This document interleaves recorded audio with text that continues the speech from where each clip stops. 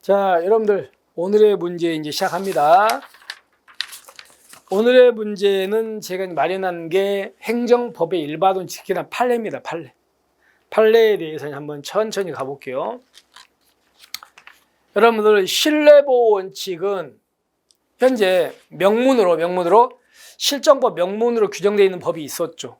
대표적인 게 행정기본법 있잖아요. 기본법 신뢰보호 있죠. 근데 거기서 행정청은 권한행사에 기회가 있음에도 불구하고 장기간 권한행사 안 합니다. 그러면 내가요 잘못을 저질렀어요. 행정청은 나한테 면허 취소할 수 있잖아요. 근데 행정청이 나한테 면허 취소 안 해. 안 하고 오랜 시간이 지났어.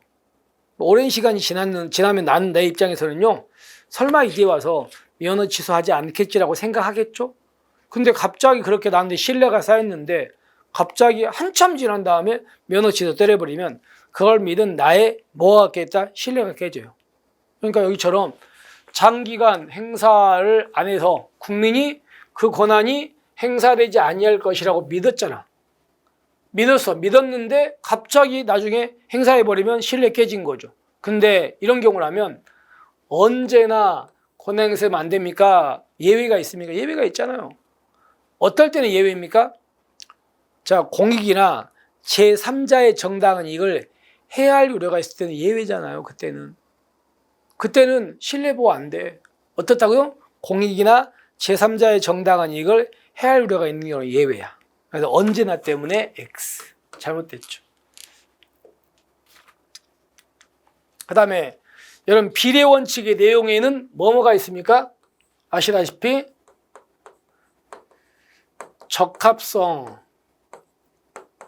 두 번째가 필요성, 세 번째가 상당성이라고 있는 거 아시죠? 여러분 근데 이 필요성 원칙을 뭐라고 얘기합니까? 최소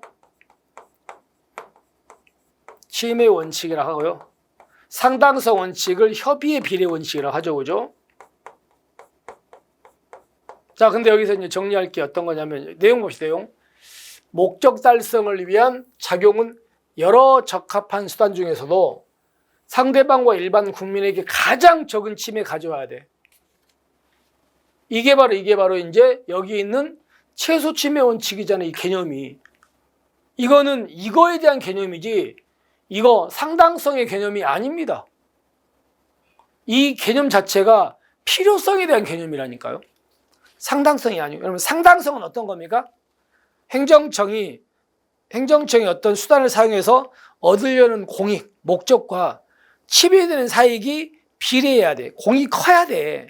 여기는 그게 아니고 적합한 게 여러 개가 있다면 그중에서 가장 침해가 덜 가는 걸 택하라는 거니까 최소 침해는 필요성에 대한 개념이 상당성이 아니라는 거 조심하고. 그래서 상당성 원칙이 아닙니다. 아시겠죠? 어떻게 바꿔야 됩니까? 필요성의 원칙으로 바꿔야 되고 여기를 최소 침해 원칙으로 바꿔야 됩니다. 그래야 맞습니다. 개념이 잘못됐습니다. 그래서 잘못됐다. 그 다음에 여러분들 신뢰보호에서는요. 먼저 행정청이 상대방한테 선행 조치해야 되잖아.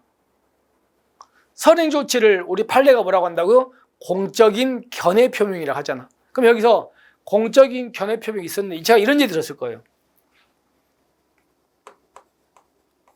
행정청이 A한테 어업면허 있죠.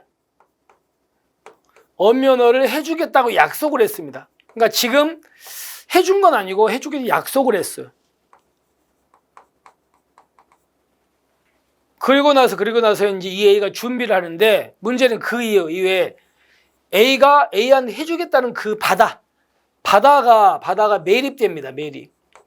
매립돼가지고 가다가 없어져요. 그러면 이렇게 약속을 했는데 바다가 매립돼 버리니까 약속 지킬 수 있어요? 없어요? 없게 됐잖아요. 없게 돼 버렸어. 그러면 이 약속은 유지됩니까? 당연히 사정 변경 생겼으니까 당연 실효입니까? 당연 실효입니다. 당연 실효다 보니까 행정청이 뭐라고 할 필요가 있어? 없어? 없어요. 이렇게 하고 나서 상황이 바뀌었으면 그냥 당연히 끝이야. 그냥 어떻게 약속 못 지키잖아. 따라서 견해 표명이 있은 후에 사실적 법률적 상태가 변경되었다면 공적인 견해 표명은 행정청의 별다른 의사 표시를 기다리지 않고 실효됩니다. 그냥 행정청의 철회 이런 거 필요 없어요. 그냥 당연히 그냥 끝납니다. 그래서 잘못됐습니다. 그 다음에 신뢰보원칙의 성립 요건인 선행조치, 견해 표명은요, 반드시 권한을 가진 처분청에 의해서 행해져야 된다. 아니면 보조기관이 하는 것도 될 수 있었다? 될 수 있었죠. 우리 무슨 사건? 대순진리 사건에서. 대순진리 사건에서 행정청이 선행조치를 했죠. 누가 했습니까? 담당 보조기관이 했잖아요. 총시장이 아니고. 근데 담당자의 선행조치도 선행조치로 봤었잖아요. 그러니까 잘못됐습니다. 그 다음에 국가가 공무원 임용 결격 사유가 있는 자에 대해서 결격 사유가 있는 것을 알지 못하고 공무원으로 임용했습니다. 근데 여러분들 결격 사유가 있는 자를 알지 못하고 임용한 것은 이 임용은 뭐예요? 무효야, 무효. 무효라고 그랬어요. 그리고 나중에 사후에 이제 결격 사유가 있는 걸 알고 나중에 임용을 취소했잖아요. 취소했지만 이거는요, 무효인 걸 그냥 다시 확인해 준 거예요. 불가해요. 그럼 여러분들 이런 경우 이 무효라면 우리 판례 신뢰 보호 된다 안 된다? 안 된다 그랬잖아요. 이 사람을 임용해가지고 한참 있다가 너 결격자니까 나오지 마라고 했잖아. 그럼 이 사람 입장에서는요, 아니 나를 임용해가지고 실컷 나 써놓고 이제 와서 나 나오지 마라고 하는 건 나의 신뢰 깬 거 아니냐 이렇게 주장하겠죠. 하지만 우리 판례는 얘가 무효라면 신뢰 보호 대상이 된다 안 된다? 신뢰 보호 대상이 됩니까 안 됩니까? 안 돼요. 무효라면 신뢰 보호 대상이 안 됩니다. 따라서 이 취소하는 건 당사자 신뢰를 저버리는 행위로서 위법이다 아니다? 아니야. 다시 한번 정리합니다. 임용 결격자를 임용한 것은 이건 무효다. 그리고 무효는 신뢰 보호가 안 된다. 이 사람 나오지 말라고 해도 이 사람이 신뢰 깬 거 아니다. 아시겠죠? 잘못됐습니다. 자, 그 다음에 음주운전으로 인한 면허 취소. 여러분들 요즘에 이제 음주운전을 면허 취소에 재량권 일탈 남용 여부를 판단할 때 우리 판례가 면허 취소로 있게 될 당사자의 불이익보다는요, 음주운전으로 인한 교통사고 방지해야 될 일반 예방적 측면을 더 강조합니다. 음주운전은. 그러니까 예를 들어서 운전을 밥으로 먹고 사시는 분 있죠. 택시 운전사라든가 이런 분들 있죠. 그런 분들 입장에서는요, 음주운전 했는데 면허 취소되면 굉장히 큰 타격을 입겠죠. 하지만 음주운전 한 분들한테 면허 취소해가지고 얻으려는 공익이 더 중요하다는 거야. 그 사람 치매된 사익보다는.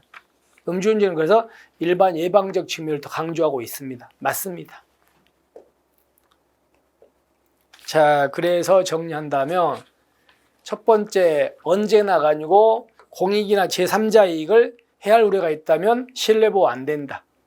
그리고 상당성 원칙이 아니고 필요성이고, 그리고 협의의 배려가 아니고 최소침해 원칙이다.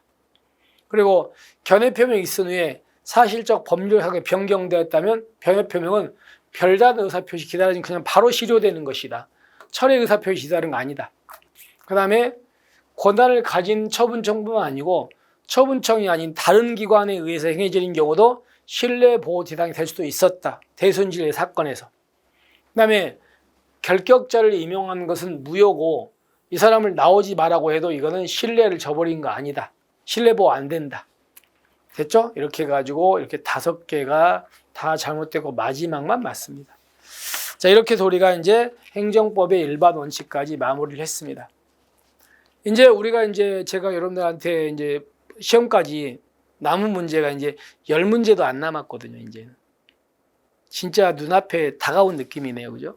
그래서 저도 마지막까지 최선을 다해서 우리 학생들이 문제를 풀어볼 수 있도록 문제를 만들 거니까 여러분도 하루라도 빠지지 마시고요. 꼭 이런 거라도 좀 챙겨보시면서 조금 마무리 하시기 바랍니다. 자, 오늘 고생하셨고요. 우리는 내일 뵙겠습니다. 수고하셨습니다.